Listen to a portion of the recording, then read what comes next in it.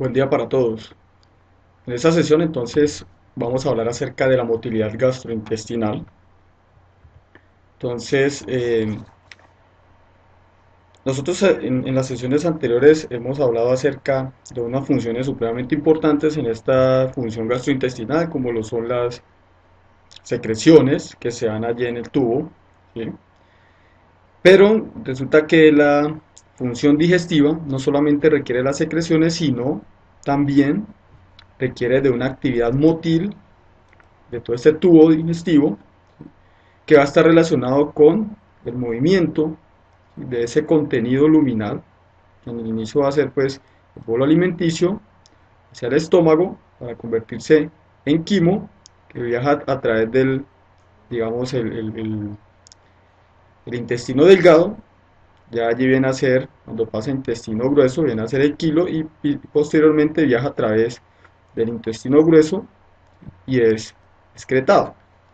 Obviamente hay unos tiempos en los cuales se da esto y estos tiempos están favorecidos por esa misma motilidad que tiene el sistema gastrointestinal. Entonces, por ejemplo, se ha descrito que el tiempo de tránsito de la comida a través del esófago es de alrededor de 10 segundos. Si vamos a hablar de el tiempo en que puede estar, o después de ingerir la comida, entre 1 y 3 horas, va a estar ese bolo alimenticio o ese contenido en el estómago. Entre 7 y 9 horas después va a estar en el intestino delgado, ¿sí? Y entre 25 y 30 horas va a pasar al intestino grueso, ¿sí? Pudiendo estar, supongamos aquí en el colon sigmoideo o en la ampolla rectal entre 30 y 120 horas. Entonces todo esto es facilitado o determinado por esa motilidad gastrointestinal. Entonces, ¿qué es la motilidad gastrointestinal? Esa motilidad gastrointestinal hace referencia a un conjunto de movimientos que tiene esa pared de ese tubo digestivo, ese órgano hueco, ¿sí? Eh, que básicamente está determinado por una contracción muscular. En este caso, la mayor parte de los movimientos están determinados por una actividad del músculo liso. Y esta contracción entonces se aplica contra ese material que está contenido en ese tubo digestivo. Observa acá, entonces esas contracciones se aplican sobre el material favoreciendo su movimiento. Vemos que en general es en sentido boca-ano, ¿sí? Pero pues obviamente hay excepciones como por ejemplo en el caso del vómito. Entonces, en el tracto gastrointestinal hay unas funciones motoras, hay unas funciones que se determinan principales que van a ser la propulsión, una función propulsiva. Entonces, esta función propulsiva permite que ese alimento se mueva, digamos, en dirección boca-ano. También vamos a observar unas contracciones segmentales. Esas contracciones entonces permiten un mezclado, eso lo vamos a observar en el intestino delgado. Y ese mezclado permite entonces una digestión apropiada u óptima de ese material luminal al permitir ser mezclado con esas secreciones enzimáticas. Y también vamos a tener entonces una función de depósito que básicamente por acción de, digamos, un esfínter que evita el paso del contenido luminal y también por la relajación de ese músculo liso, entonces esa función de depósito pues lo puede tener algunos órganos y algunas estructuras como el estómago o el intestino grueso. Entonces, ¿qué tenemos nosotros? Básicamente, a lo largo del tubo digestivo se pueden observar, digamos, dos capas de músculo liso, una capa de músculo liso longitudinal, que tenemos acá una capa de músculo liso circular, aunque también se menciona una capa muscular de la mucosa, pero en este caso vamos a hacer referencia principalmente a estas dos, a los cuales están asociados un, digamos, sistema nervioso entérico. Entonces, vamos a tener estas dos capas. También vamos a encontrar entre esas células algunas células especializadas que se denominan células intersticiales de Cajal, que funcionan como marcapasos y entonces pueden de una u otra forma originar una, digamos, una actividad periódica de ondas lentas, ¿sí? En ese tracto gastrointestinal. Además del músculo liso, nosotros en algunas estructuras muy específicas vamos a encontrar músculo estriado como en la boca y en la faringe, sobre todo en el proceso de masticación digamos, de ingestión, en el esófago superior, en el suelo pélvico, sobre todo en el esfínter anal externo. Y básicamente toda esa actividad contráctil es miogénica, o sea, se origina en músculo. Entonces, en esa actividad muscular nosotros vamos a encontrar básicamente dos tipos de contracciones básicas, ¿sí? Hay unas contracciones que se denominan contracciones fásicas. Entonces, estas contracciones fásicas son contracciones que se dan, digamos, básicamente como en ondas, en fases, por eso es su nombre. Entonces, en el cuerpo del esófago, vamos a observar en el antro gástrico, en el intestino delgado, y vamos a encontrar por ejemplo, estas contracciones fásicas podría estar relacionadas con los movimientos de propulsión y vamos a encontrar unas contracciones tónicas que generalmente se pueden observar en los esfínteres que hacen parte de todo el tracto gastrointestinal, como el esfínter esofágico superior. Vamos a encontrar en el estómago proximal, ¿sí? Vamos a encontrar en el esfínter ileocecal, en el esfínter anal interno, y básicamente digamos, ese tipo de contracciones van a depender, cuando son rítmicas, dependen del voltaje de membrana, ¿sí? Entonces este voltaje de membrana son básicamente variaciones en el potencial de membrana de forma lenta, y dependiendo de un grado de estimulación o no, entonces la amplitud en un momento dado puede ser un poco más alta, puede incrementar la amplitud, y si se supera cierto umbral, entonces se desencadenan potenciales de acción en esta parte donde se supera el umbral, desencadenando una actividad contráctil aún más fuerte. Y esto es lo que nosotros observamos acá. Entonces, cuando hay unas ondas lentas allí características determinadas, por ejemplo, puede estar asociadas a esas células marcapasos, mmm, vamos a observar que aquí se tiene una variación en potencial de membrana.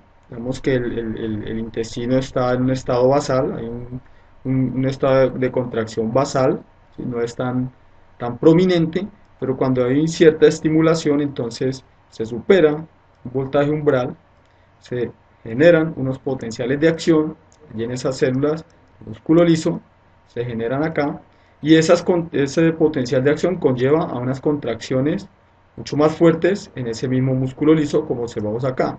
Si comparamos la amplitud de esto con respecto a esto, entonces pues la diferencia viene a ser bastante notable.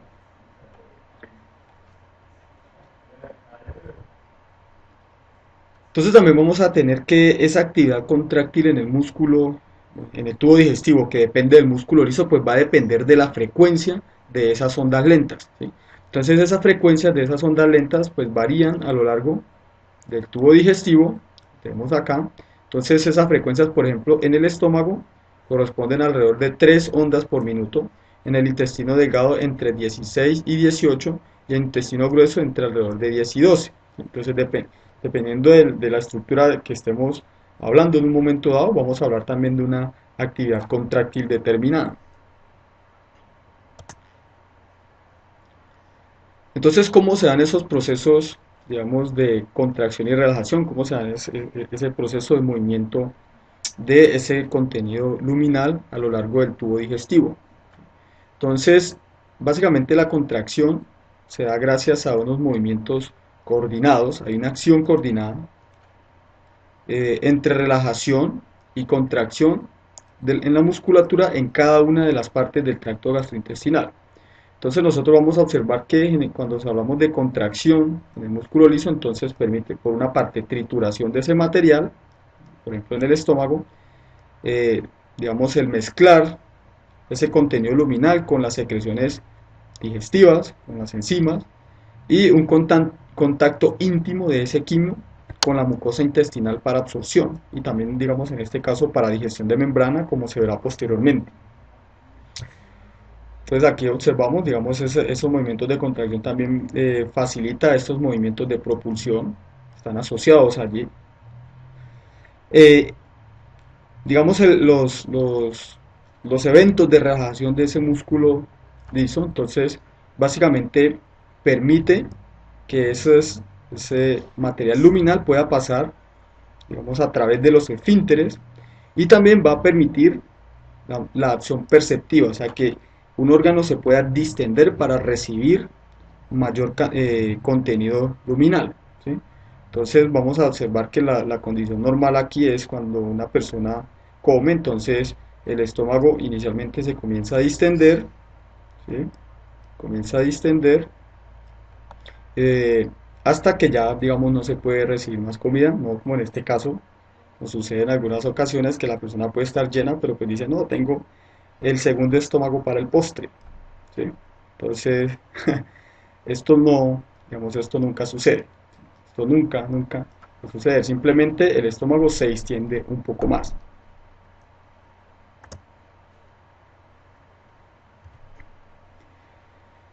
Entonces vamos a tener que en los movimientos de propulsión a lo largo del tubo digestivo, ¿sí? Aquí como observamos, esos movimientos de propulsión involucran entonces la actividad coordinada del músculo tanto longitudinal, del músculo liso longitudinal, ¿sí? Como el músculo liso circular. Involucra ambos músculos en una acción coordinada. Y entonces esa acción coordinada va a depender de qué segmento nosotros nos encontremos. Entonces vamos a observar que, digamos, si el contenido luminal se mueve en esta dirección, vamos a decir que esta región, la parte que recibe al el contenido luminal, va a ser un segmento receptivo, ese es el segmento receptivo, y digamos la parte que está justo digamos, en la parte posterior al movimiento del contenido luminal, pues va a ser el segmento propulsivo, ¿sí? Entonces, ¿qué tenemos acá? Para que ese bolo se mueva a través de ese tubo digestivo, nosotros vamos a tener básicamente que en el segmento propulsivo, que va a ser perdón, este segmento propulsivo, se va a dar contracción del músculo liso circular y hay una relajación del músculo liso longitudinal. Claro, entonces para que se dé eso también debemos tener en cuenta qué es lo que sucede acá. Entonces el músculo liso circular se relaja para favorecer o permitir que este bolo pase a través de ese tubo y el músculo liso longitudinal se contrae, ¿sí?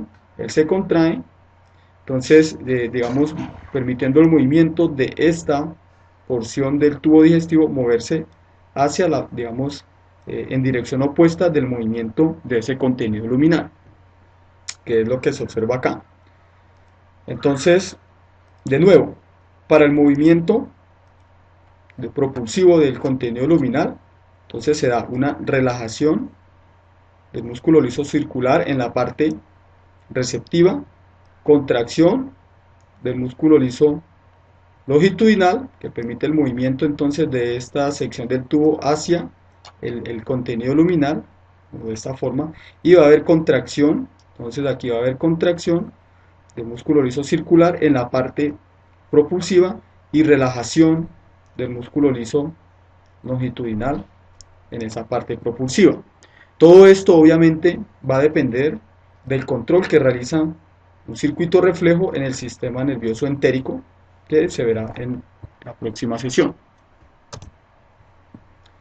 Entonces, para el control de esos movimientos, pues vamos a tener aquí la participación tanto del sistema simpático como parasimpático.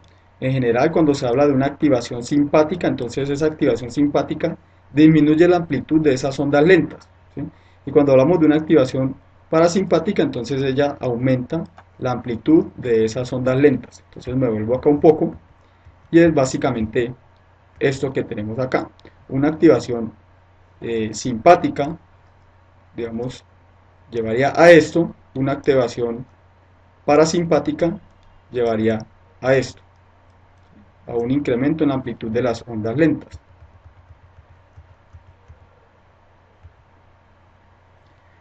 Entonces ya mirando qué es lo que sucede en ese tránsito de ese alimento a través del tubo gastrointestinal, comenzamos con el proceso de masticación y deglución. Entonces todo este proceso inicia con los alimentos en la cavidad bucal, que gracias a la actividad masticadora, que es un proceso consciente, es un proceso somático, pues son triturados y mezclados allí con saliva, ¿sí? Eh, ¿Y esto a qué conlleva? A la formación de este bolo alimenticio, ¿sí? Entonces, en ese proceso de masticación, pues hay bastantes estructuras implicadas, desde los labios, la lengua, las mejillas, y posterior al proceso de masticación se da el proceso de deglución, que inicialmente, este proceso de deglución, la parte inicial, va a ser eh, voluntaria, y posterior a ese momento de deglución, esa parte inicial, comienza toda una actividad involuntaria que requiere la actividad contráctil coordinada de un grupo grande de músculos, ¿sí? En la cavidad bucal, en la faringe, en el esófago y pues básicamente hasta una parte proximal del estómago.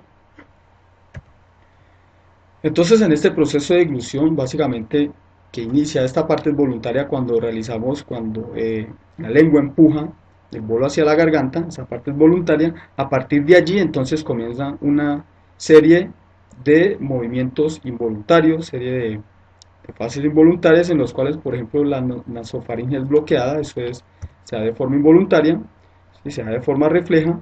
Posteriormente vamos a observar de que en un momento dado la glotis se cierra, acá pasa a cerrarse, eso también es involuntario para evitar que el alimento pase hacia, digamos, la vía respiratoria.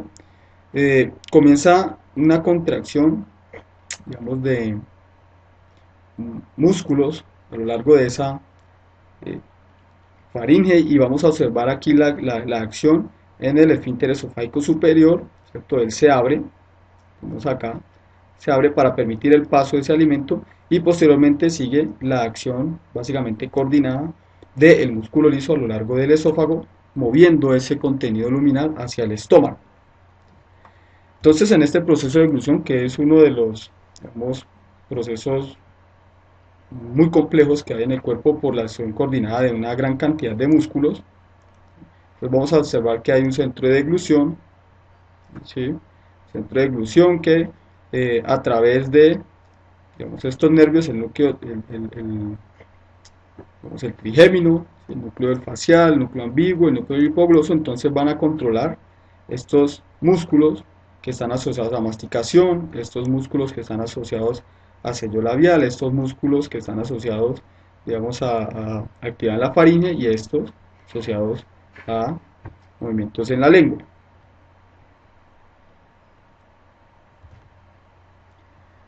Entonces, una vez se ha dado ese proceso de deglución, comienza la actividad en el esófago.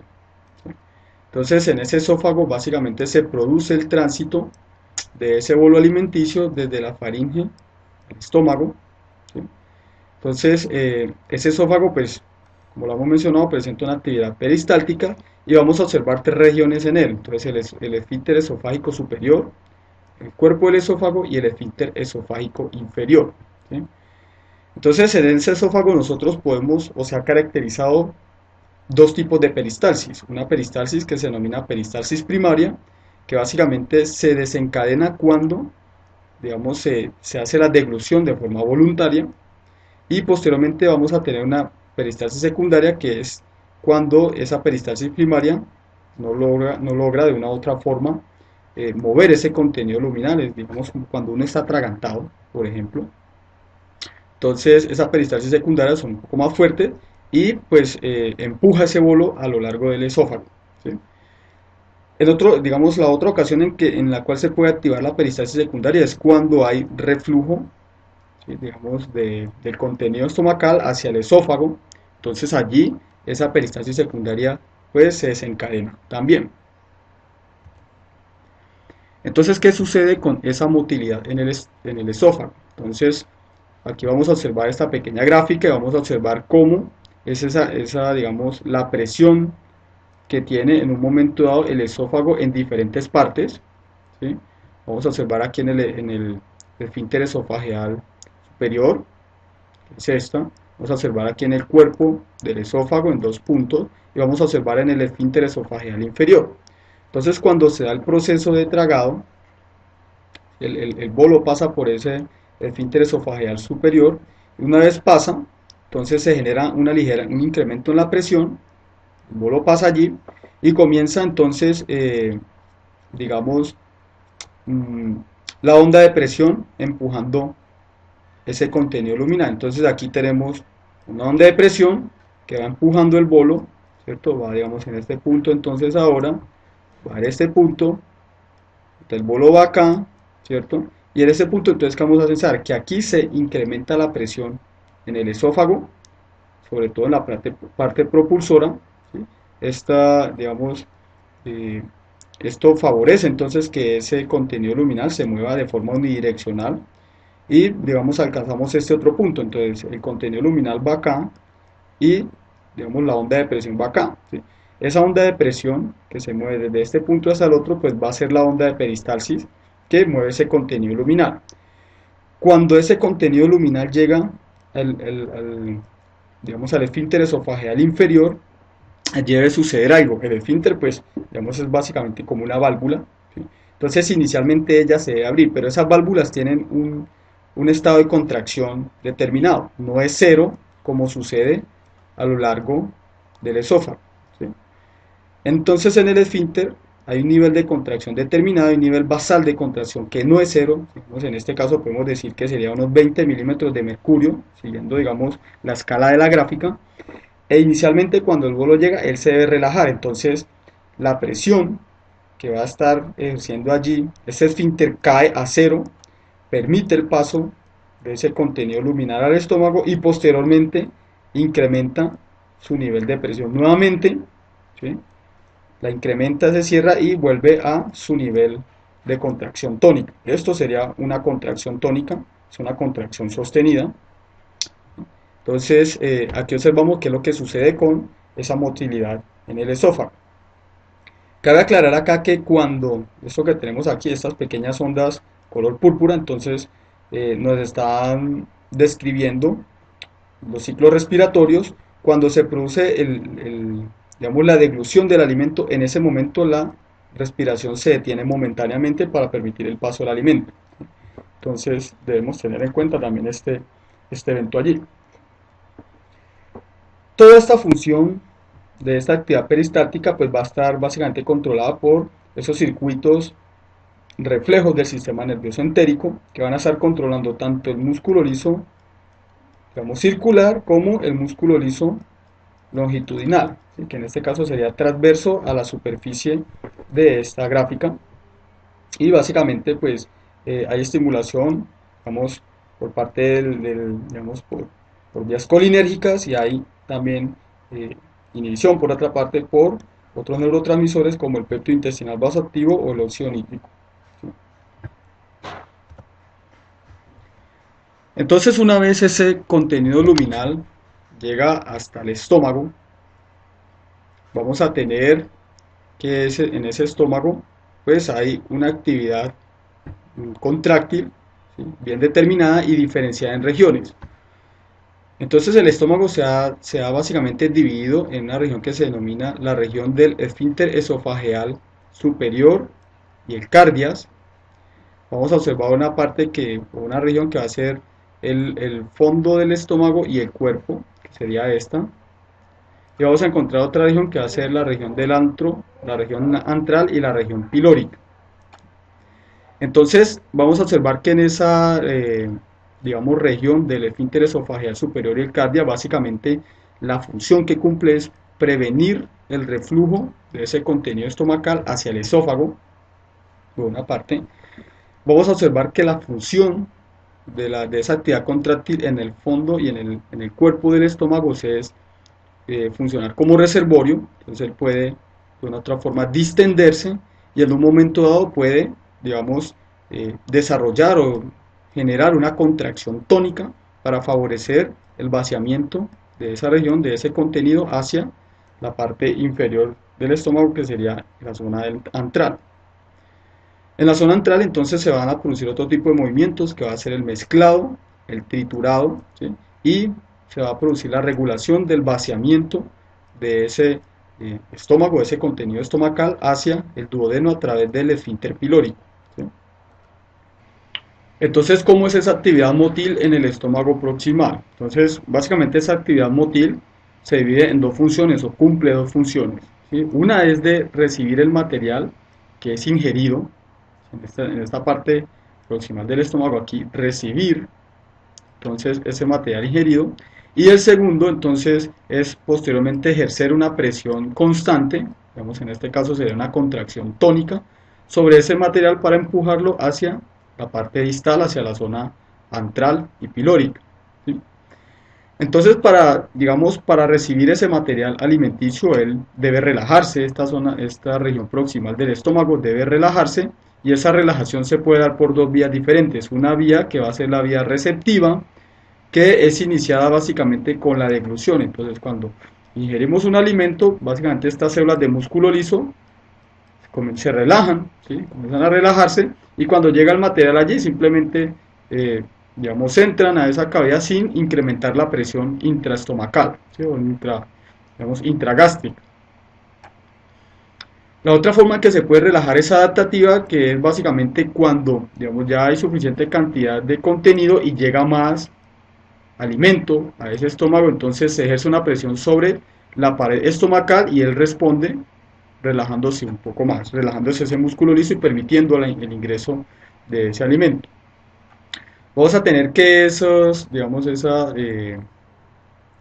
los estados de relajación, pues pueden tener, digamos, retroalimentación dependiendo de la presencia de ese material en intestino delgado cuando él pasa. Entonces, cuando se va vaciando, entonces aquí se va también contrayendo. Si hay mucho material en intestino delgado, entonces aquí las contracciones, digamos, tónicas pueden disminuir un poco, ¿sí?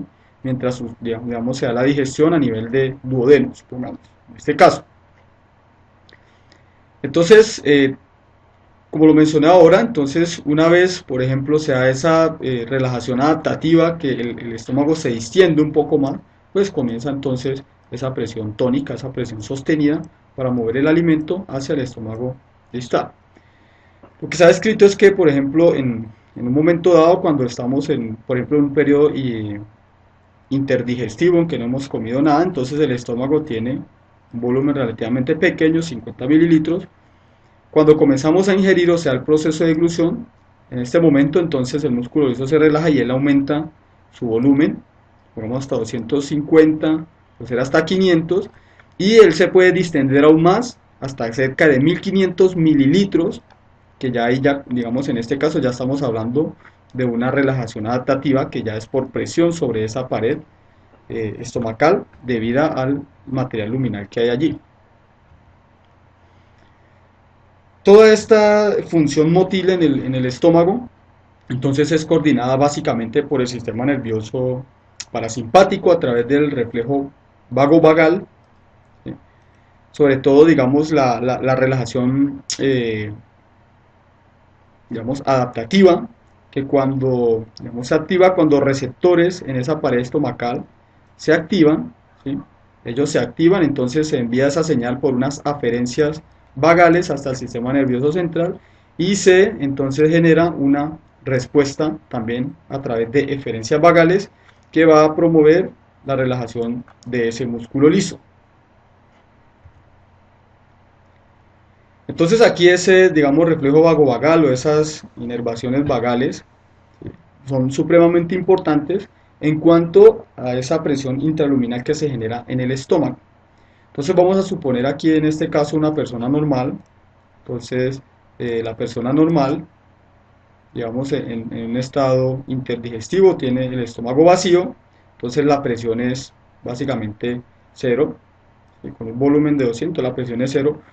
Cuando inicia la ingesta de alimentos, entonces, como lo observamos anteriormente, inicialmente hay una relajación receptiva, y si observamos acá, entonces a medida, de hecho, esa pared estomacal se puede ir relajando, y cuando llega el alimento, pues simplemente se distiende y la presión a nivel intragástrico no va a ser modificada, ¿sí? Tiene el nivel mínimo de presión allí. ¿Qué sucede? Cuando se ingresa cada vez más alimento, entonces el estómago pasa de este volumen a este, y ya cuando es mucho alimento, entonces se comienza a generar una presión sobre esa pared estomacal y comienza esa relajación adaptativa, ¿sí? Y apenas, digamos, alrededor de los 700 o de 750 mililitros, se comienza a incrementar la presión, pero pues el estómago comienza a distenderse un poco más. ¿Qué es lo que sucede con una persona que ha sufrido, por ejemplo, una vagotomía? Entonces, cuando hay vagotomía, la persona de forma basal va a tener un nivel de presión intragástrica ligeramente mayor, ¿sí? Y con el ingreso de cualquier cantidad de alimento, por poco que sea, entonces esa presión se comienza a incrementar de forma lineal, ¿sí? Entonces, si aquí observamos casi que un incremento de forma lineal. Entonces se ingresa un volumen determinado de alimento, la presión intraluminal se va incrementando básicamente de forma proporcional debido a esa, digamos, falta de relajación receptiva de ese estómago. ¿Qué sucede cuando, por ejemplo, en este caso, con un volumen de 600 mililitros de una persona normal, sin vagotomía, entonces la presión intraluminal era la mínima, y aquí podemos observar que esa presión intraluminal en una persona con vagotomía es, digamos, supremamente alta, de hecho más alta que cuando se tiene a la persona normal con un volumen de 1000 centímetros cúbicos o mililitros de contenido intraluminal. Entonces, en este caso, digamos, esas inervaciones vagales son muy importantes para esa relajación, en este caso receptiva y adaptativa en el estómago. Entonces, en estas personas, ¿qué sucede? Lo que sucede en estas personas es que básicamente cuando hay un volumen, digamos, relativamente alto de comida, digamos 600 ml, entonces esa sensación de plenitud, ¿sí?, va a ser supremamente fuerte y comienzan, por ejemplo, los dolores epigástricos que pueden, digamos, se generan en niveles mucho menores que lo que se generan en una persona normal. Lo observemos acá, supongamos que este puede ser un umbral de dolor, ya una llenura muy fuerte, un contenido luminal bastante grande, digamos, con esa presión intragástrica. Sabemos que aquí se da con 1000 en la persona normal, en la persona con vagotomía se da en alrededor de 500. Entonces, digamos, es importante esa inervación vagal. ¿Qué sucede posteriormente?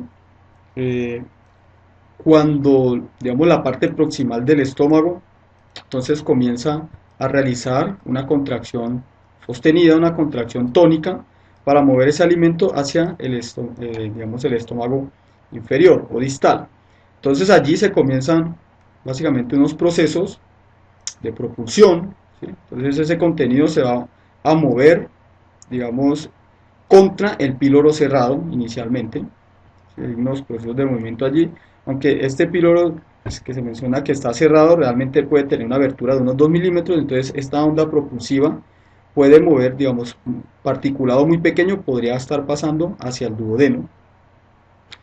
El caso es que esta onda propulsiva entonces mueve todo este contenido hacia la región antral, hacia el antro, y allí en esta región entonces se produce básicamente un triturado de esa comida por unas ondas, digamos, de peristalsis bastante fuertes contra ese esfínter pilórico cerrado, y posteriormente lo que se da es básicamente una onda de retropropulsión.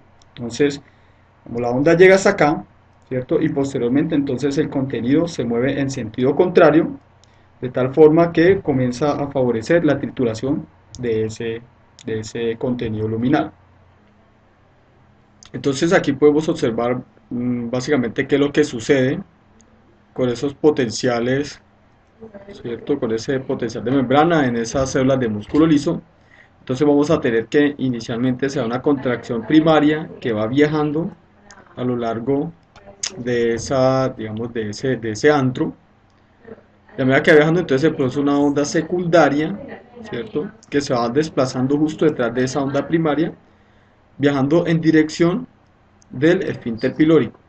En un momento dado, entonces, cuando, digamos, el esfínter pilórico se puede cerrar, aquí terminan digamos, estas ondas, esta actividad, y comienza de nuevo una actividad primaria y secundaria que se van desplazando hacia, entonces, el píloro.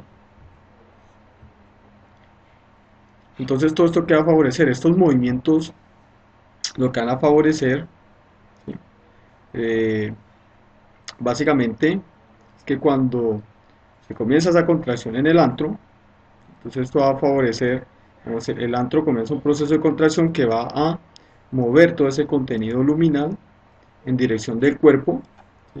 Junto con los otros movimientos. Entonces favorecen de una u otra forma la trituración. ¿Sí? Aquí se da una retropropulsión a chorro que favorece la trituración de ese contenido luminal, ¿sí? Y pues de esta forma, digamos, favoreciendo una digestión mecánica, más que todo mecánica allí, por esas mismas contracciones fuertes que se dan en el antro y pues digamos en la zona pilórica. Respecto entonces a lo que sucede en el estómago, debemos tener en cuenta de que eh, una vez han transcurrido esos movimientos o se están dando esos movimientos, pues hay una dinámica en el vaciado gástrico y esa dinámica entonces va a depender de, digamos, la naturaleza física de la comida. Lo que se ha observado, lo que se ha descrito es que si la comida es, digamos, líquida, ¿sí? Entonces el vaciamiento es mucho más rápido en el tiempo respecto a si es una comida semisólida o si es una comida completamente sólida. Entonces en una comida sólida, por ejemplo, hay un tiempo al menos de 20 minutos en los cuales va a permanecer intacto el volumen allí y posteriormente comienza a ser vaciado. Otra cosa que se debe tener en cuenta en ese proceso de vaciado gástrico es, digamos, que esto va a depender de la naturaleza del alimento. Entonces, por ejemplo, alimentos salados pueden vaciar de una forma más rápida respecto a alimentos, por ejemplo, que son más ácidos, ¿sí? Digamos, la carne produce bastante ácido a nivel estomacal, entonces ese alimento puede durar un poco más allí. Y obviamente los alimentos grasos son los que van a permanecer más tiempo en, digamos, en el estómago como tal. Entonces se debe tener en cuenta tanto digamos, la propiedad física del alimento, si es líquido, semisólida o sólida, y la naturaleza de dicho alimento en ese vaciamiento gástrico. Esto, digamos, a nivel estomacal, entonces generalmente los movimientos o el movimiento de ese contenido luminal pues va en dirección boca-ano, pero hay ciertas condiciones en las cuales ese contenido luminal se mueve en sentido contrario. Entonces vamos a hablar en este caso de lo que es el vómito, o el reflejo del vómito, ¿sí? Que involucra unos movimientos de retroperistalsis que se llevan básicamente desde el duodeno se pueden estar realizando esos movimientos de retroperistalsis que mueve todo ese contenido luminal hacia el estómago y posteriormente, digamos, por algunos eventos que suceden allí hasta la boca. ¿Qué sucede acá? Entonces, durante el vómito se produce una contracción en el diafragma de los músculos abdominales y todo esto incrementa la presión intraabdominal y sobre todo la presión a nivel gástrico que empuja ese alimento hacia la parte esofágica y finalmente hacia la boca. Entonces aquí vamos a tener el centro del vómito, ¿cierto? Digamos, eh, allí activado, ya sea por receptores laberíticos, por ejemplo, cuando se gira o se hace rotaciones muy seguidas, mmm, o vamos a tener también por receptores táctiles bucofaringeos, por ejemplo, cuando alguien se mete los dedos a la boca para inducir el vómito. Entonces, ese centro del vómito lo que va a hacer básicamente es estimular el funcionamiento coordinado de unos músculos respiratorios, en este caso el diafragma, ¿sí? Músculos intercostales, los músculos abdominales también se van a contraer fuertemente, incrementando la presión intraabdominal. Va también a influir sobre el estado de contracción de los esfínteres esofágicos y también en la musculatura esofágica. Obviamente todo este vómito también lo pueden inducir, digamos, mecanorreceptores y quimioreceptores que están a nivel del estómago y el duodeno. Digamos, ya hay alguna sustancia irritante, entonces se favorece el reflejo del vómito.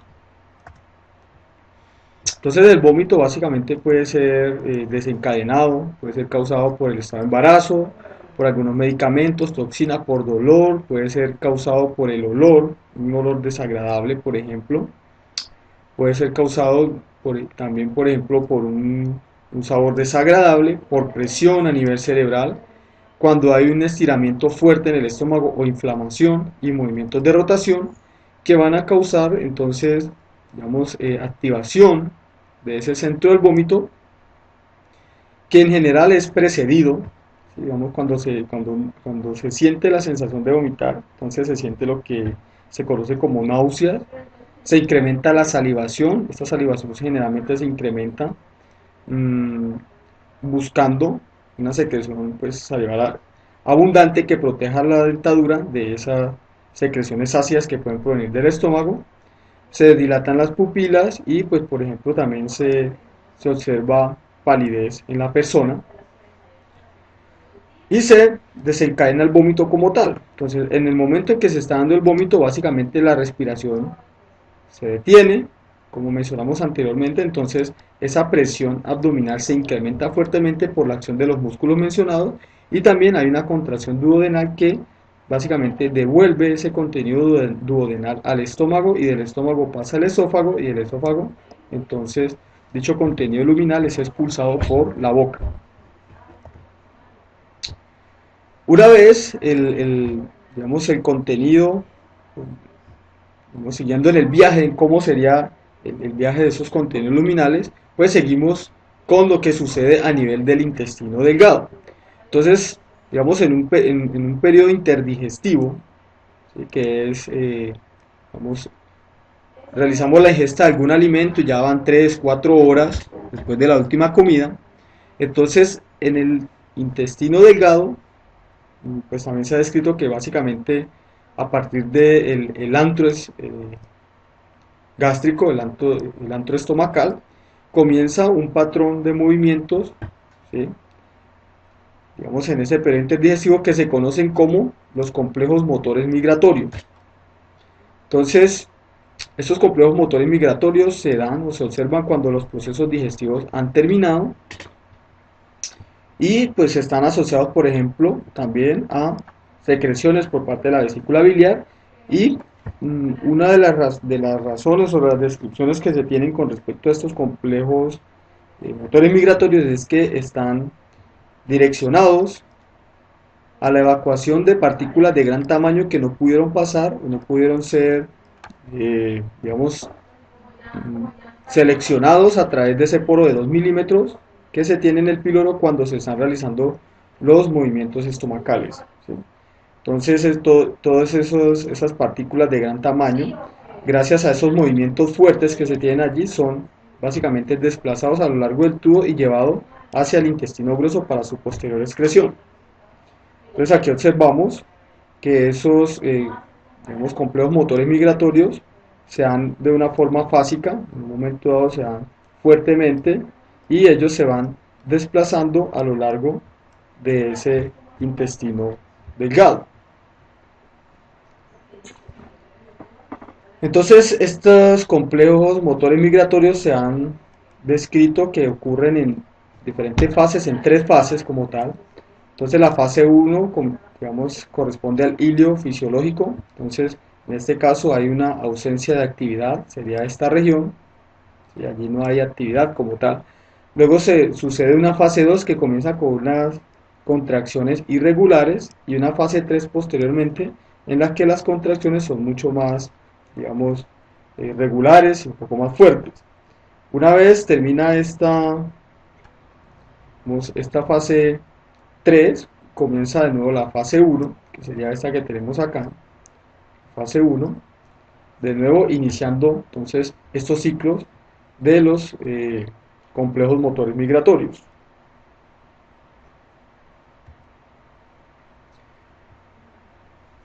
Cuando estamos en un momento de digestión, que el quimo pasa al duodeno, entonces en el intestino delgado se comienza una actividad, digamos, contráctil diferente, ¿sí? Esa actividad contráctil pues es una motilidad asociada a la digestión y vamos a observar allí entonces que hay unos movimientos de segmentación de ese contenido luminal que básicamente lo que hace es buscar fragmentar o segmentar ese digamos, quimo en partes. Entonces inicialmente la contracción se da en este punto, entonces divide este quimo en dos, en esos movimientos de segmentación, entonces el quimo se mezcla, se favorece el mezclado con las enzimas y también un contacto más estrecho de ese quimo con, digamos, esas células epiteliales que pueden contener algunas enzimas en su membrana plasmática. Entonces, en un momento dado la contracción se da en este punto, luego en este punto el músculo se relaja y la contracción pasa a este punto. Posteriormente, entonces, esta región, el músculo se relaja y la contracción pasa de nuevo a estos puntos iniciales, entonces favoreciendo esos, digamos, procesos de mezclado mediante esos movimientos de segmentación. Entonces, estas contracciones peristálticas se desplazan, digamos, unas distancias cortas de aquí, desde este punto, donde está en este momento el intestino relajado, hacia este punto de contracción, luego este punto de contracción se relaja y la contracción pasa al punto, puede ser anterior o siguiente, de tal forma que favorezca esos movimientos de segmentación, que están dados básicamente por esas, digamos, eferencias vagales.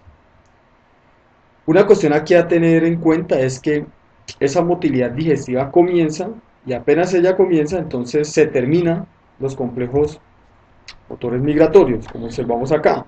¿Sí?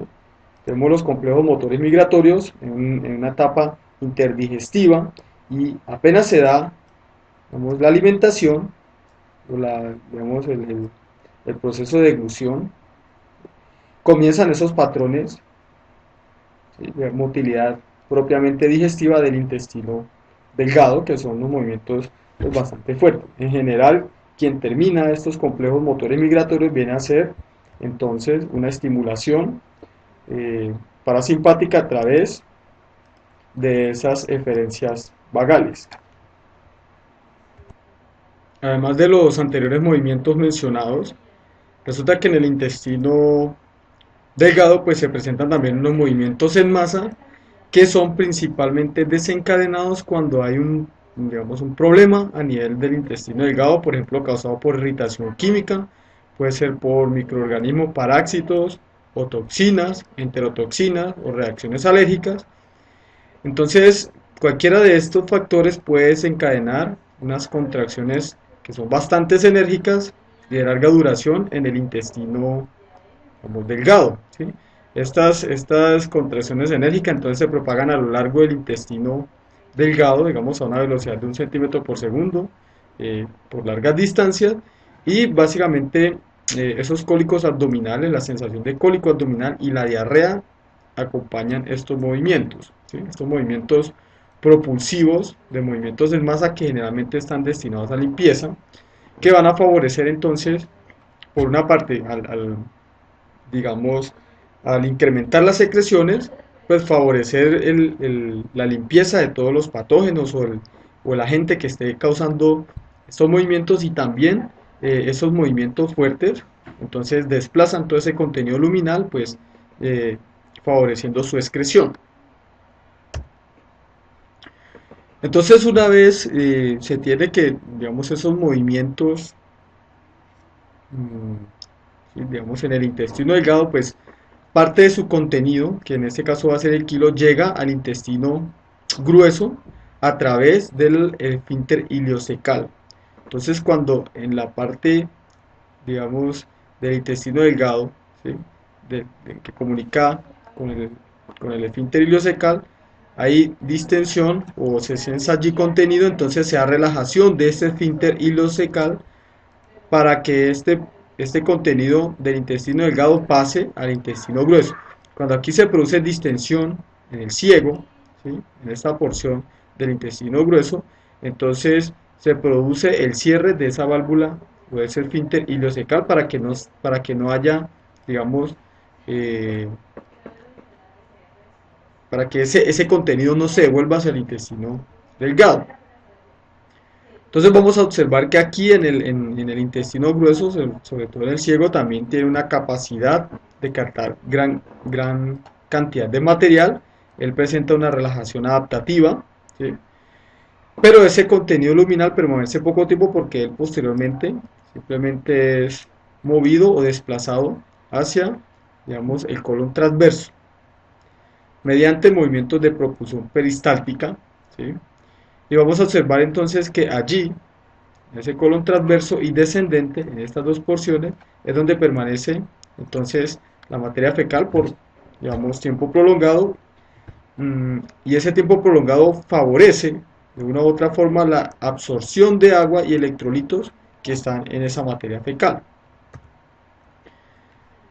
Entonces, digamos, en el intestino, lo que se ha observado es que hay un flujo relativamente lento y que ese flujo está acompañado de unos, digamos, movimientos de segmentación que pueden ser observados a simple vista y que se conocen como las austras. Las austras son segmentaciones que se dan en ese intestino grueso.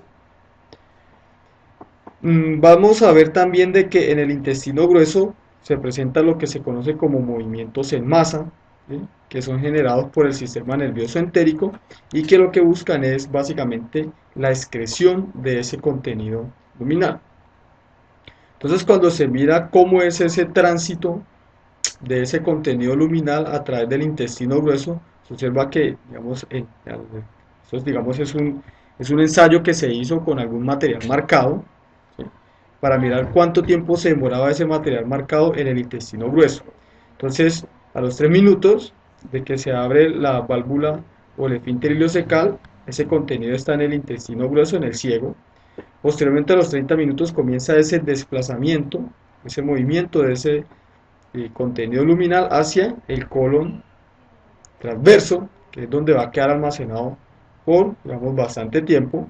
Aquí tenemos que a las 3 horas ya está allí, a las 6 horas todavía permanece, a las 18 horas todavía está, y posteriormente, digamos, se desencadenan otros movimientos en masa que va a mover esa materia fecal desde el colon transverso hacia la ampolla rectal, bueno, el colon sigmoideo, la ampolla rectal y finalmente es excretado, de tal forma que la excreción completa de ese contenido se da más o menos a las 48 horas de de haber llegado ese material al intestino grueso.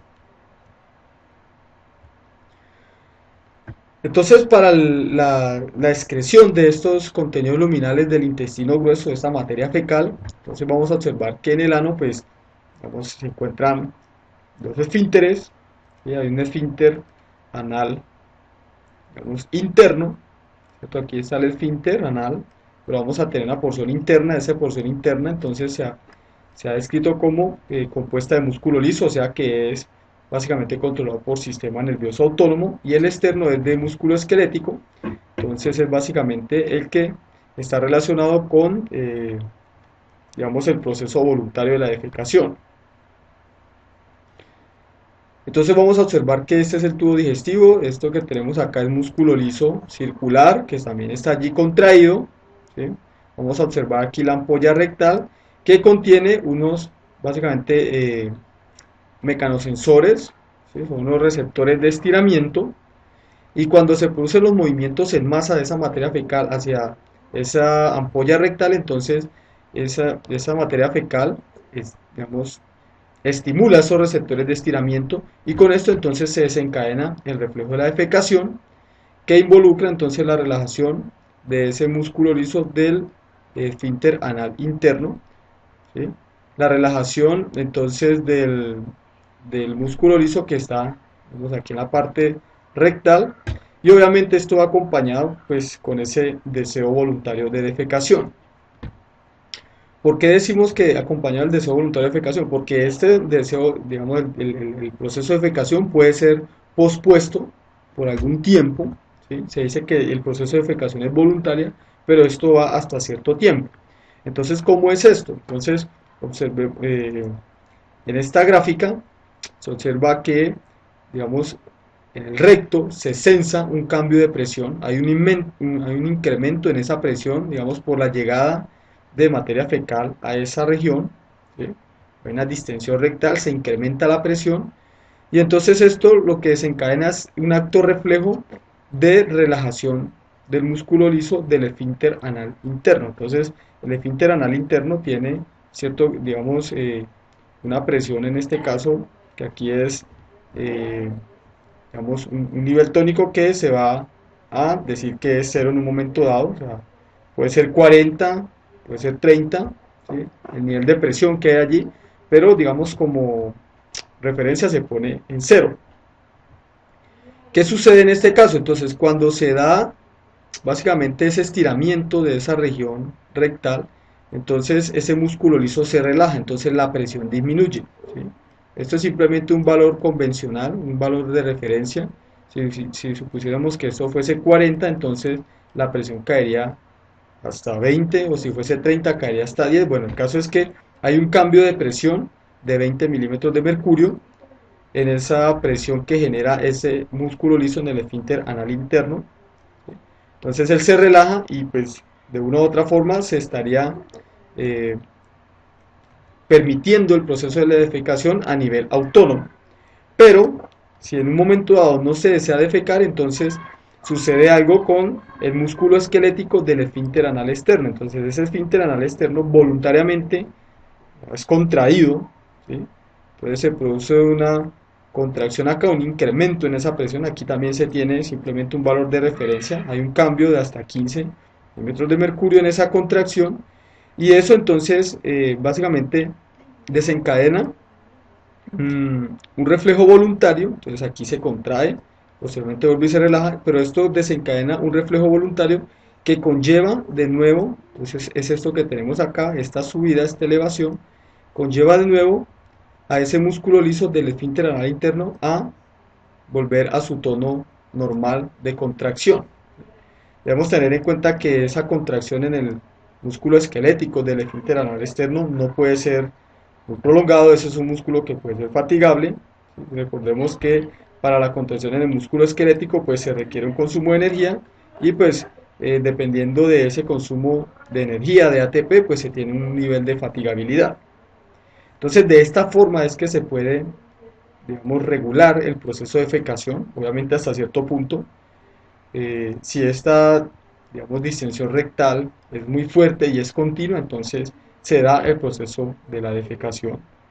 Eh, digamos, aún así nosotros no deseemos realizar el proceso.